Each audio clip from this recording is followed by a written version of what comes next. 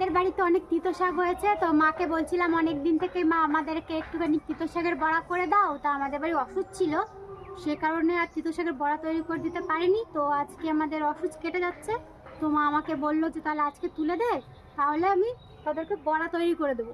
তো সেই জন্যই আমি চলে এসেছি ঝুড়ি নিয়ে তিতো শাক তুলবো বলে। তো সাইডে আমাদের অনেক তিতো শাক হয়েছে, তো আমি তুলি, তোমরা তাহলে দেখো।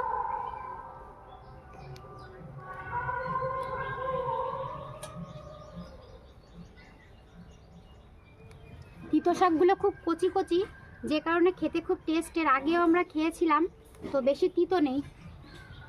মনে হয় শুধু এমনি দাঁত দিয়ে চিবিয়ে খেলে ভালো হয়, কারণ কোনো তিতো নেই, তো খুব সুন্দর স্বাদ, বাড়ির জিনিস যেহেতু। আর এখানে আগের থেকেই দাদা আর বাবা গোবর দিয়ে রেখেছিল, আমাদের যেহেতু গরু আছে, গোবরের সার হয় সেটা সেটা দিয়ে রেখেছিল, ওই জন্য আরও ভালো হয়েছে। দেখ, তারাও